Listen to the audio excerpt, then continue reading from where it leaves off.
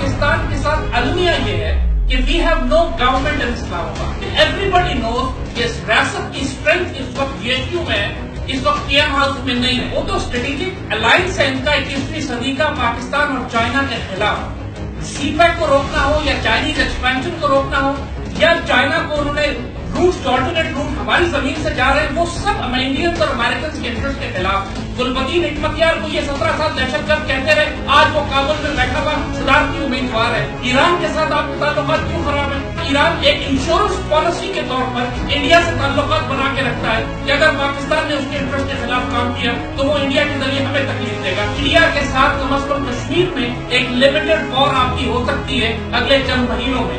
इसका इकरार तो खुद इंडियन मिनिस्टर स्वामी भी कर चुका है। हमें अपनी पॉलिटिकल साइड को पहले मजबूत करना है, जिसकी वजह से हमारी इकोनॉमी तबाह हुई। क्या सोवियत यूनियन जंग से तबाह नहीं हुआ था, मईशत के तबाह होने से तबाह हुआ था। वो वार्निंग चीफ ने किसी वजह से दी थी, इस पर गौर करें।